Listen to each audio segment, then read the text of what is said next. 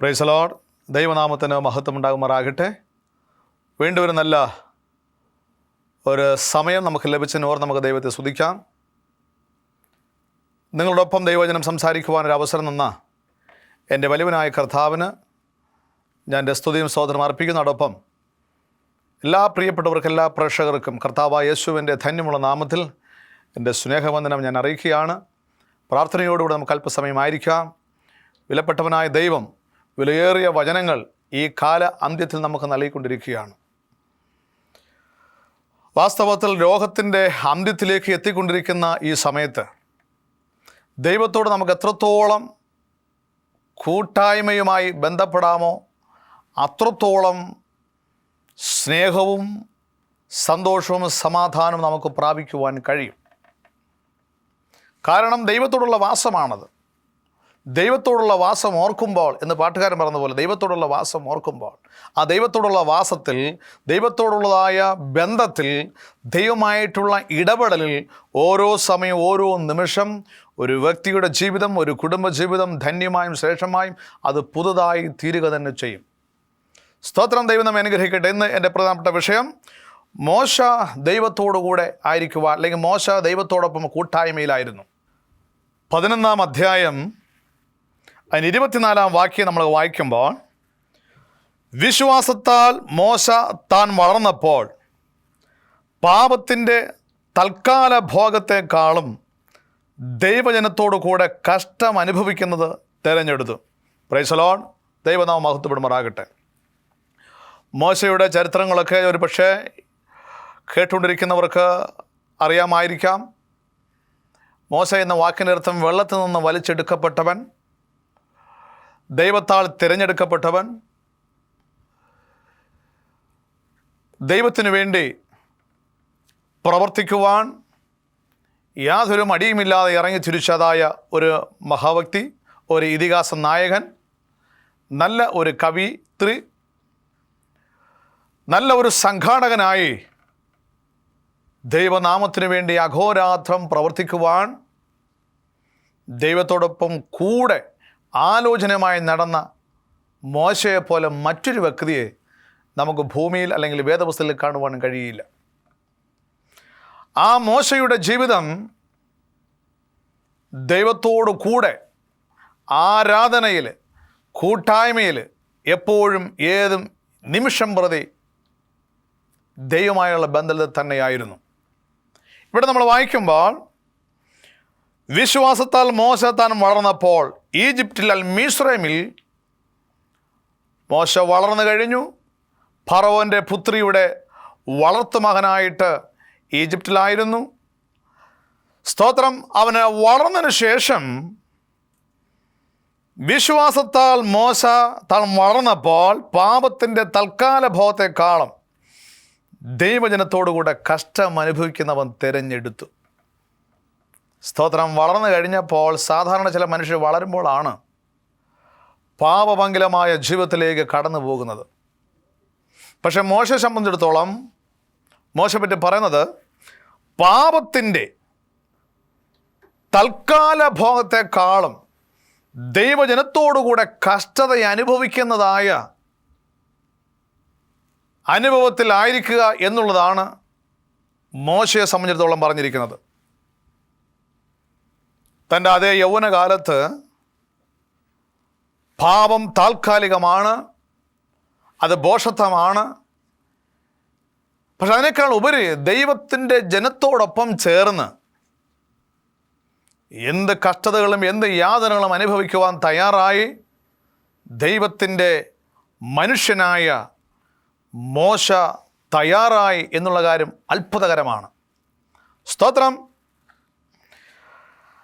അവിടെ വിശ്വാസത്താലാണ്, വിശ്വാസത്താൽ അത് ഇറങ്ങിത്തിരിക്കുന്നു. ഇവിടെ വായിക്കുമ്പോൾ എങ്ങനെയാണ്? കഷ്ടത അവൻ തിരഞ്ഞെടുത്തു. ഇന്ന് കഷ്ടതയെപ്പറ്റി ഓർക്കുവാനോ ചിന്തിക്കുവാനോ വൈമനസ്യം കാട്ടുന്ന ഈ നാളുകളിൽ ദൈവജനങ്ങൾ കഷ്ടത അനുഭവിക്കുന്നവരാണ് എന്ന് മോശ സാക്ഷ്യത്തിലൂടെ പറയുന്നതോടൊപ്പം തന്നെ ആ കഷ്ടപ്പാടോടെ അനുഭവിക്കുവാനും ഞാനും തയ്യാറാകുന്നു എന്ന് പറഞ്ഞുകൊണ്ട് ദൈവനാമത്തിന് വേണ്ടി സ്തോത്രം മിസ്രൈമിൽ നിന്ന് ഓടുകയാണ്. ഹല്ലേലൂയ. കാരണം അവിടെ പാപമംഗലമായ ഒരവസ്ഥയായിരിക്കാം, കണ്ണഞ്ചിപ്പിക്കുന്ന പാപമായിരിക്കാം, അവിടെ നോക്കുവാൻ പോലും കഴിയാത്ത വിധത്തിലാണ്.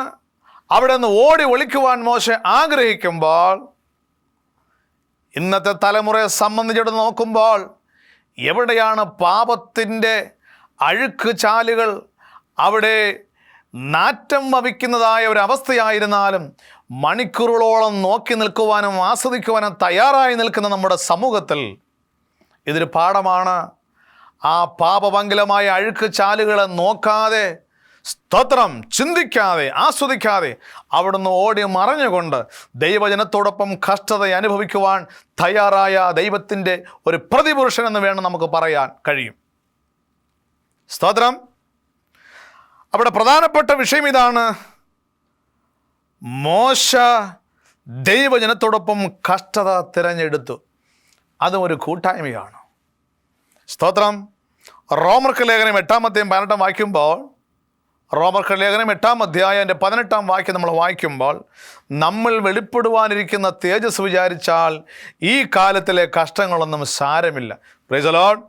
കഷ്ടത ഞാൻ നേരത്തെ സൂചിപ്പിച്ചല്ലോ, നമ്മൾ കഷ്ടത അനുഭവിക്കുവാൻ, ഓർക്കുവാൻ നമുക്ക് ആർക്കും താല്പര്യമില്ല. നിസ്സാരമായ കഷ്ടത പോലും അഭിമുഖിക്കാൻ കഴിയാതെ വരുമ്പോഴാണ് അനേക ദൈവമക്കൾ, ദൈവമക്കളെന്ന് അഭിമാനിക്കുന്നവർ നമ്മുടെ സഭ വിട്ട് പൊയ്ക്കൊണ്ടിരിക്കുന്നത്. പക്ഷേ മോശ നമുക്ക് ഈ നാളുകൾ ഒരു മാതൃകയായി തീരട്ടെ എന്ന് ആത്മാർത്ഥമായി പ്രാർത്ഥിക്കും. നിങ്ങൾ കേട്ടുകൊണ്ടിരിക്കുന്ന ദൈവത്തിൻ്റെ ജനമേ, മോശ നിങ്ങളുടെ ജീവിതത്തിൽ ഒരു മാതൃകയായി തീരട്ടെ. നമ്മളെ മോശയെക്കുറിച്ച് പലപ്പോഴും കേട്ടവരാണ്, മോശയെക്കുറിച്ച് പാടുന്നവരാണ്, മോശയെക്കുറിച്ച് പ്രസംഗിച്ചവരാണ്. പക്ഷേ മോശ അവർ നമ്മുടെ ജീവിതത്തിൽ ഒരു മാതൃകയായി തീരണം. ദൈവജനത്തോടൊപ്പം കഷ്ടത അനുഭവിക്കുവാൻ യാതൊരു മടിയുമില്ലാതെ ഇറങ്ങിത്തിരിക്കുമ്പോൾ ദൈവത്തിൻ്റെ മേലെ ഓർത്തുകൊള്ളുക, കഷ്ടത, സ്തോത്രം, താൽക്കാലികമാണ്. ഇവിടെ അപ്പോസ്തലനായ പൗലോസിനെ വിളിച്ചു പറയുന്നത്, നമ്മൾ വെളിപ്പെടുവാനിരിക്കുന്ന തേജസ് വിചാരിച്ചാൽ ഈ കാലത്തിലെ കഷ്ടങ്ങളൊന്നും സാരമില്ല. വലിയ ദൈവ തേജസ് ഉണ്ട്. അത് മാത്രമാണ് ഞാൻ ഓർക്കുന്നത്. അത് ഓർക്കുമ്പോൾ എൻ്റെ ജീവിതത്തിൽ എന്ത് വന്നാലും ഏത് വന്നാലും നിസ്സാരമായി ഞാൻ കാണുകയാണ്. സ്തോത്രം. അപ്പോൾ ഒരു ദൈവ തേജസ് ഉണ്ടാകുമെന്നുള്ളതാണ്. ഈ കഷ്ടതയ്ക്ക് യേശുവിനോടൊപ്പം പങ്കാളിയാകുവാൻ തീരുമാനിക്കുന്നുവെങ്കിൽ, കഷ്ടതയെ, സ്തോത്രം, സ്വാഗതം ചെയ്യുവാൻ ആഗ്രഹിക്കുന്നുവെങ്കിൽ, ദൈവത്തിൻ്റെ പൈതലേ, നിൻ്റെ ജീവിതത്തിൽ ഒരു തേജസ് പ്രവഹിക്കാൻ പോവുകയാണ്. എബ്രായലേഖനം 11-25 നമ്മൾ വായിക്കുമ്പോൾ, ഫറവോന്റെ പുത്രിയുടെ മകൻ എന്ന് വിളിക്കപ്പെടുന്നതും നിരസിക്കുകയും മിസ്രൈമിലെ നിക്ഷേപങ്ങളെക്കാൾ ക്രിസ്തുവിന് നിന്ന വലിയ ധനം എന്നെണ്ണുകയും ചെയ്തു. Praise the Lord. സ്തോത്രം. വീണ്ടും നമ്മൾ വായിക്കുമ്പോൾ, ഫറവോന്റെ പുത്രിയുടെ മകൻ എന്ന് വിളിക്കപ്പെടുവാൻ മിസ്രൈമിലെ നിക്ഷേപങ്ങൾക്ക് അർഹനായവൻ, ഫറവോന്റെ പുത്രിയുടെ മകൻ എന്ന് വിളിക്കപ്പെടാൻ യോഗ്യനായവൻ, വരും തലമുറയിൽ അവിടുത്തെ രാജ്യത്തിൻ്റെ, അവിടെ രാജ അവകാശിയായ മനുഷ്യൻ, പാപമംഗലമായ രാജ്യം, നിക്ഷേപം, അവകാശം, അധികാരം എനിക്കൊന്നും വേണ്ട, പകരം എൻ്റെ കർത്താവിൻ്റെ ജനത്തോടൊപ്പമുള്ളതായ കഷ്ടതയെ മാത്രം തിരഞ്ഞെടുക്കുവാൻ ഇറങ്ങി തിരിച്ചതായ ഈ ഇതിഹാസ മനുഷ്യനെ പോലെ ലോകത്തൊരു മനുഷ്യൻ ഉണ്ടായിട്ടുണ്ടോ എന്ന് നമ്മൾ ചിന്തിച്ച് നോക്കുക. ഇതാണ് യഥാർത്ഥമായ ദൈവത്തോടൊപ്പമുള്ള കൂട്ടായ്മ. എല്ലാം സഹിക്കുവാനും പൊറുക്കുവാനും പകരം വിലയുള്ളവനായ ദൈവത്തെ മാത്രം ഓർത്തുകൊണ്ട് യാത്ര ചെയ്യുന്നു.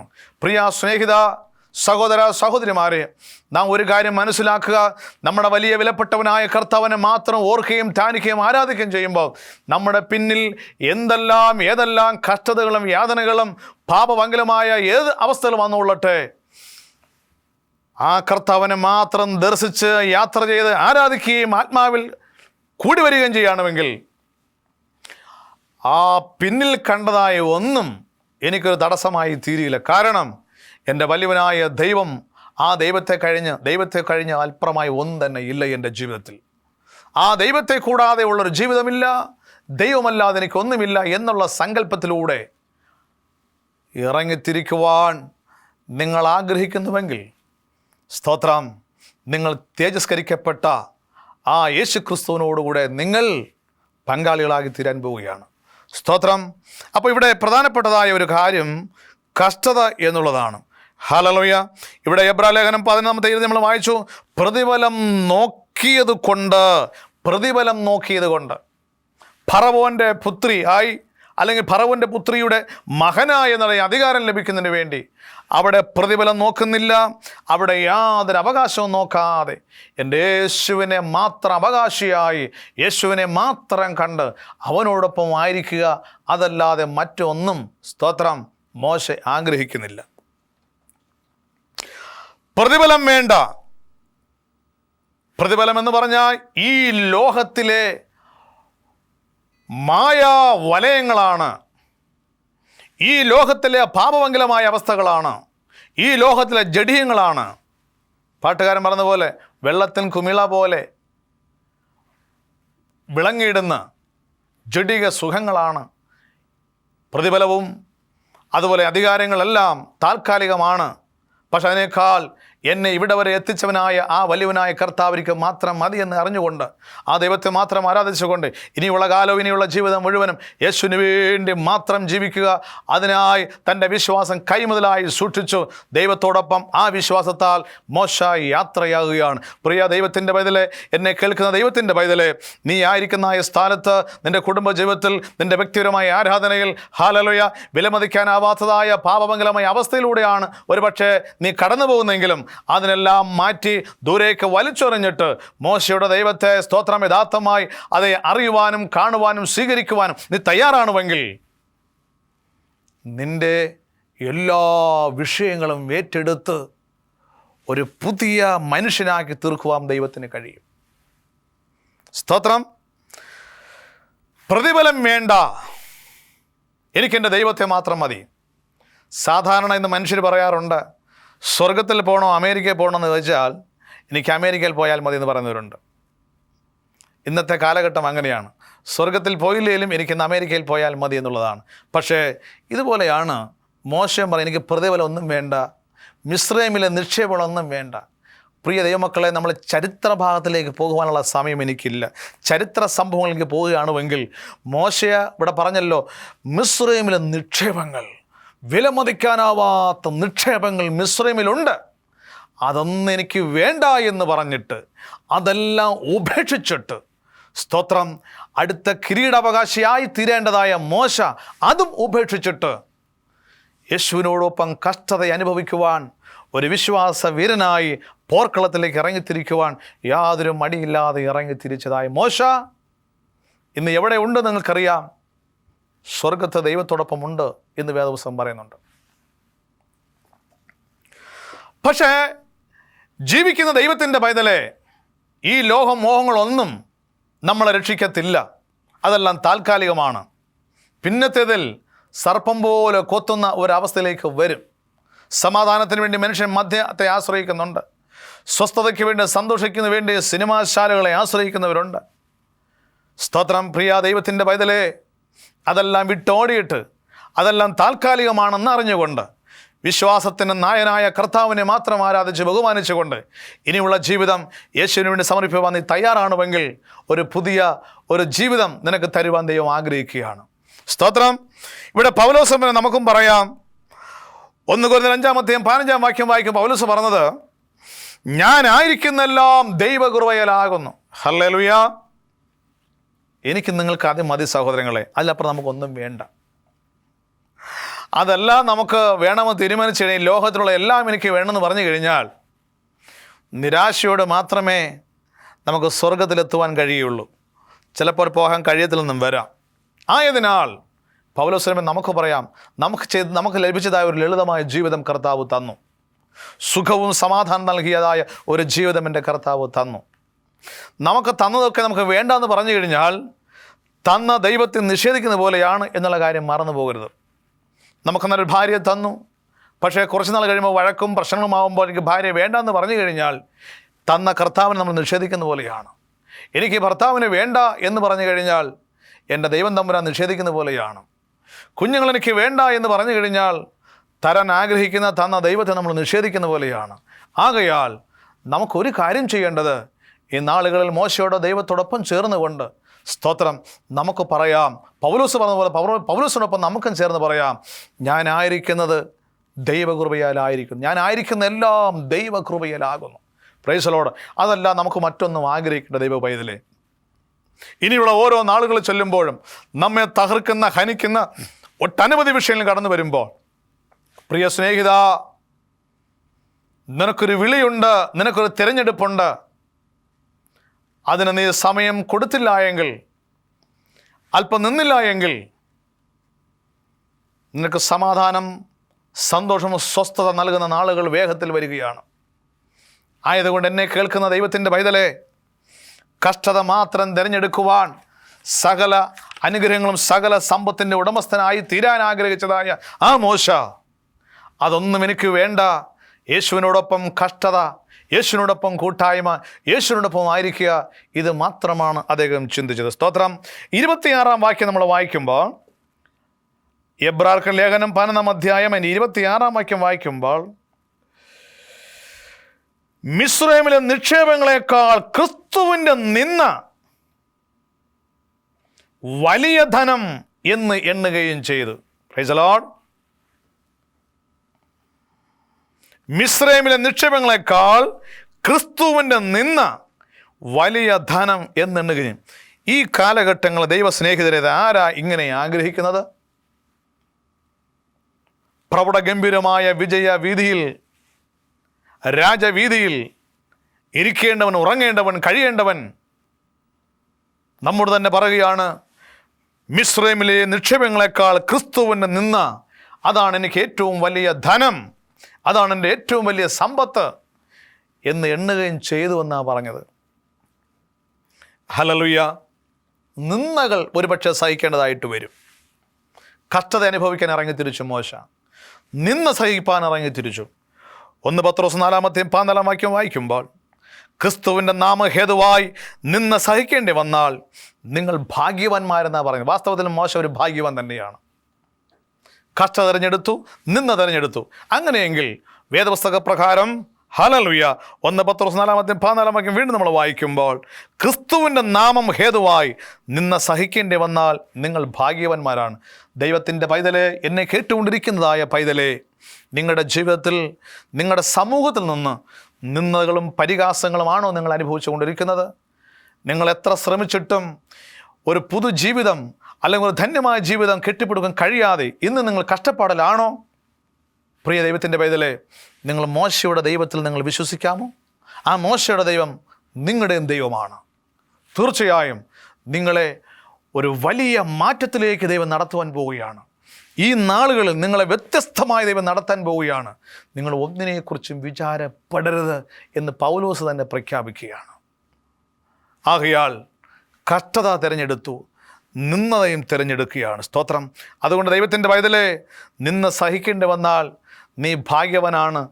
ലോകത്ത് നിന്ദിക്കപ്പെടുമ്പോൾ നീ ഒരുപക്ഷെ ആർക്കും വേണ്ടാത്തവനായി തീരും എന്ന് നിനക്ക് തോന്നാം. എന്നോട് ആരും ഇഷ്ടമില്ല എന്ന് നിനക്ക് തോന്നാം. എന്നെ ആരും സ്നേഹിക്കുന്നില്ല എന്ന് നിനക്ക് തോന്നാം. പക്ഷെ സമൂഹത്തിൽ, ലോകത്ത് അങ്ങനെ തോന്നാം. പക്ഷേ നീ ദൈവത്തിൻ്റെ കണ്ണിൽ, ദൈവത്തിൻ്റെ മുന്നിൽ നീ ഭാഗ്യവാൻ അല്ലെങ്കിൽ നീ ഭാഗ്യവതിയാണ് എന്നുള്ള കാര്യം മറന്നു പോകരുത്. Price the Lord.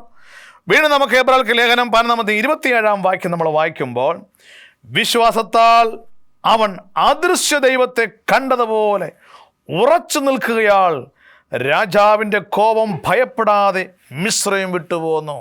ഭയവികലമായ സ്ഥാനങ്ങളിൽ, സ്തോത്രം, ഭയവികലമായ സ്ഥാനങ്ങളിൽ വിശ്വാസത്താൽ, സ്തോത്രം, അദൃശ്യ ദൈവത്തെ അവൻ കാണുന്നത് പോലെ, യഥാർത്ഥ ദൈവത്തെ കാണുന്നത് പോലെ, ആമേൻ, ഉറച്ചു നിന്നുകൊണ്ട് ഫറവോന്റെ കോപത്തിന് എതിരായിട്ടല്ല, ഭയപ്പെടാതെ ഉറച്ച മനസ്സോടെ നിൽക്കുകയാണ്. പൗലോസ് പലപ്പോഴും നമ്മളോടൊപ്പം പറയുന്നത് ഇങ്ങനെയാണ്, ജീവിക്കുന്നത് ക്രിസ്തുവും മരിക്കുന്ന എനിക്ക് ലാഭവുമാണ്. സ്തോത്രം. രാജാവിൻ്റെ കോപം ഭയപ്പെടാതെ അദൃശ്യനായ ദൈവത്തെ കാണുന്നത് പോലെ അവൻ്റെ മുമ്പിൽ, ഹല്ലേലൂയ, ആ ദൈവത്തെ അവൻ കണ്ടു. ആയതുകൊണ്ട് അവനെ കൊല്ലുവാനും നശിപ്പിക്കുവാനും ആഗ്രഹിച്ച ഫറവോൻ രാജാവിൻ്റെ മുമ്പിൽ ധൈര്യസമയം നിന്നിട്ട് അവൻ ഓടിപ്പോരുകയാണ്. കാരണം ദൈവമറിയാതെ എൻ്റെ തലയിൽ നിന്ന് രോമം പറഞ്ഞു പോകുകയില്ല എന്ന് യേശു കർത്താവ് തന്നെ പറഞ്ഞിരിക്കുന്നു. നിൻ്റെ തലയിലെ ഒരു മുടി പോലും എൻ്റെ നാഥൻ അറിയാതെ പൊഴിഞ്ഞു പോകത്തില്ല. ആകയാൽ എന്നെ കേൾക്കുന്ന ദൈവത്തിൻ്റെ പൈതലേ, ഏറിയ കുരുകിനേക്കാളും നീ വിശേഷതയുള്ള ഒരു വ്യക്തിയാണ്. സ്തോത്രം. നിന്നെ ഭരിച്ചു മുടിച്ച് നശിപ്പിച്ചു കൊണ്ടിരിക്കുന്ന ഭയത്തെ, നിന്ദതകളെ, കഷ്ടതകളെ മാറ്റുവാൻ കാൽവാറിൽ ക്രൂശിൽ സ്തോത്രം ക്രൂര മനുഷ്യരാൽ 3 ആണികളാൽ തൂങ്ങപ്പെട്ടു അവൻ മരിച്ചു അടക്കപ്പെട്ടു ഉയർത്തെഴുന്നേറ്റ് ഇന്നും ജീവിച്ചെഴുന്നേൽക്കുന്ന ആ കർത്താവ് നിന്റെ പ്രശ്നങ്ങൾക്ക് പരിഹാരകനായി അവൻ നിന്റെ കൂടെ ഉണ്ട് എന്നുള്ള യാഥാർത്ഥ്യം മറന്നു പോകരുത്. ഹല്ലേലൂയ. നിന്റെ ജീവിതത്തിൽ നിന്ദകളും കഷ്ടതകളും ഭാരങ്ങളും അടിക്കടി കടന്നു വരുമ്പോൾ ദൈവത്തിൻ്റെ പൈതലെ വിശ്വസിക്കുക. മോശ പറഞ്ഞതുപോലെ സ്തോത്രം, വിശ്വാസത്താൽ അവൻ അദൃശ്യ ദൈവത്തെ കണ്ടതുപോലെ ഉറച്ചു നിൽക്കുവാൻ നീ ആയിരിക്കുന്ന സ്ഥാനത്ത് നിനക്ക് ബലമില്ലാതെ വരുമ്പോൾ, ബലം ക്ഷയിക്കുമ്പോൾ ദൈവത്തിൻ്റെ പൈതലെ ഓർത്തുകൊള്ളുക. എൻ്റെ മുന്നിൽ അദൃശ്യനായ ഒരു ദൈവമുണ്ട്. ആ ദൈവത്തിൽ ധൈര്യപ്പെട്ടുകൊണ്ട് ഇനിയുള്ള കാലം മുഴുവനും ആമേൻ എൻ്റെ യേശുവിനായി, എൻ്റെ ക്രൂശിക്കപ്പെട്ട യേശുവിനായി, ഉയർത്തെഴുന്നേറ്റ യേശുവിനായി, ഇന്നും ജീവിക്കുന്ന യേശുവിനായി ഞാനും എൻ്റെ കുടുംബവും ജീവിപ്പാൻ ആഗ്രഹിക്കുന്നു. ആ ഒരു തീരുമാനത്തിൽ നിങ്ങൾ എത്തിച്ചേരുകയാണെങ്കിൽ സ്തോത്രം. നിങ്ങൾക്കറിയാമല്ലോ, ദൈവത്താൽ വിളിച്ചിറക്കി തിരഞ്ഞെടുക്കപ്പെട്ട ആ മോശ, ദൈവത്താൽ അടക്കം ചെയ്യിപ്പിച്ചതായ ആ മോശ, സ്തോത്രം. ഈ ഒരു അനുഗ്രഹം നമ്മൾ ആരും ആഗ്രഹിക്കുന്നില്ലേ പ്രിയമുള്ളവരെ? സ്തോത്രം. അവൻ ധൈര്യമുള്ളവനായിരുന്നു, ബലമുള്ളവനായിരുന്നു. കാരണം അദൃശ്യനായ ഒരു ദൈവത്തെ കാണുന്നത് പോലെ അവിശ്വാസം കണ്ടു. അതുകൊണ്ട് എനിക്ക് ആരെയും ഭയമില്ല. ദൈവത്തിൻ്റെ പൈതലേ, സ്തോത്രം. ആവർത്തന 31-ാം വാക്യം വായിക്കുമ്പോൾ അവിടെ മോശം ബലവും ധൈര്യമുള്ളവരായിരിക്കുക. ബലവും ധൈര്യമുള്ളവരായിരിപ്പിൻ. നിങ്ങൾ അവരെ ഭയപ്പെടരുത്, പേടിക്കരുത്. ഞാൻ നിന്നോട് കൂടെയുണ്ടെന്നാണ് പറഞ്ഞിരിക്കുന്നത്. നിൻ്റെ ജീവിത ആവശ്യങ്ങളിൽ, നിൻ്റെ ബുദ്ധിമുട്ടുകളിൽ, നിൻ്റെ കഷ്ടതകളിൽ, നിന്ദിക്കപ്പെട്ടതായ സ്ഥാനങ്ങളിൽ നിന്നെ ഉയർത്തുവാൻ, നിന്നെ ബലപ്പെടുത്തുവാൻ, നിന്നെ ശക്തീകരിക്കാൻ ഒരു മഹാനായ കർത്താവ് ഉണ്ട് എന്നുള്ള യാഥാർത്ഥ്യം നീ മറന്നു പോകരുതേ ദൈവത്തിൻ്റെ പൈതലേ. നിന്നെ ഇന്ന് മാത്രമല്ല, നാളേക്ക് മാത്രമല്ല, നിത്യതയോളം ചുമക്കാമെന്ന് പറഞ്ഞ യേശു കർത്താവ് നിൻ്റെ ജീവിതത്തിൽ എന്നും എപ്പോഴും എല്ലാ കാലത്തും ഉണ്ട് എന്നുള്ള യാഥാർത്ഥ്യം നീ മറന്നു പോകരുത്. നിൻ്റെ വിശ്വാസ ജീവിത യാത്രയിൽ കർത്താവ് കൂടെ ഉണ്ട്. നീ ഭയപ്പെടേണ്ട ആവശ്യമില്ല. ഒരുപക്ഷെ നിനക്ക് മാരകമായ രോഗമായിരിക്കാം. പൈതലെ, നീ ഭയപ്പെടേണ്ട ആവശ്യമില്ല. ഡോക്ടർമാർ പറഞ്ഞിട്ടുണ്ട് ഇനി ചികിത്സിക്കേണ്ട ആവശ്യമില്ല, വീട്ടിൽ കൊണ്ടുപോകുമെന്ന് പറഞ്ഞിട്ടുണ്ടായിരിക്കാം. നീ ഉറച്ചു നിൽക്കുക. നിൻ്റെ മുന്നിൽ അദൃശ്യനായ ഒരു ദൈവമുണ്ട്. നീ ഉറച്ചു നിൽക്കുക. മോശയോട് കൂടെ ഇരുന്ന ദൈവത്തിൻ്റെ ആത്മാവ് നിന്നോട് കൂടെയുണ്ട്. നിൻ്റെ രോഗം, നിൻ്റെ പ്രശ്നങ്ങൾ, നിൻ്റെ കടഭാരങ്ങളെല്ലാം മാറ്റുന്ന ദൈവം മോശ ഉയർത്തിവെങ്കിൽ നിന്നെ ഉയർത്താൻ കഴിവുള്ളവരാണ്. സ്തോത്രം. നിങ്ങൾ എന്നോടൊപ്പം പ്രാർത്ഥിപ്പാൻ നിങ്ങൾ ആഗ്രഹിക്കുന്നുവോ? എല്ലാം വിട്ട് അറിഞ്ഞ് ഉപേക്ഷിച്ചിട്ട് ദൈവത്തോടൊപ്പം കഷ്ടത അനുഭവിക്കാൻ തിരഞ്ഞെടുത്ത മോശയെ പോലെ ആ മോശയുടെ ദൈവത്തോടൊപ്പം നമുക്കുമായിരിക്കുവാൻ നമ്മുടെ കണ്ണുകളടയ്ക്കാം, പ്രാർത്ഥിക്കാം. സ്നേഹവാനായ ഞങ്ങളുടെ ദൈവമേ, സ്വർഗീയ പിതാവേ, ഈ നല്ല സമയത്തിൻ്റെ ദൈവത്തെ സ്തുതിപ്പാൻ ഒരവസരം നൽകിയതിനായി സ്തോത്രം. വചനം കേട്ടുകൊണ്ട് മക്കൾക്കായി പ്രത്യേകം പ്രാർത്ഥിക്കുന്നു. വിവിധ ഭാരങ്ങളിലും വിവിധ നിന്ദതകളും വിവിധ കഷ്ടതകളിലും മക്കൾ ഈ യാതന അനുഭവിക്കുകയാണ്. എൻ്റെ കർത്താവിൻ്റെ കുഞ്ഞുങ്ങൾക്ക് വേഗത്തിൽ അവർക്ക് ആശ്വാസവും സമാധാനം സന്തോഷം നീ കൊടുക്കണമേ എന്ന് പ്രാർത്ഥിക്കുന്നു. അവിടെ രോഗങ്ങൾ എവിടുന്ന് സൗഖ്യമാക്കി നിൻ്റെ പൈതലായി നിൻ്റെ കൂട്ടായ്മയിൽ ഒരു അംഗമാക്കി തീർക്കണം. മോശയുടെ ദൈവം അവിടുത്തെ മക്കളുടെ ദൈവമായി കാണുവാൻ ഇടയാകണം. അദൃശ്യ ദൈവത്തെ കണ്ടതുപോലെ അവർ കാണുവാൻ ഇടയാകും. പ്രാർത്ഥന കർത്താവ് കേടനായി സ്തോത്രം. യേശുവിൻ്റെ ധന്യമുള്ള നാമത്തിൽ സകലവും താഴ്മയായി കെഞ്ചുന്നു കേൾക്കണം നല്ല ദൈവമേ. ആമേൻ.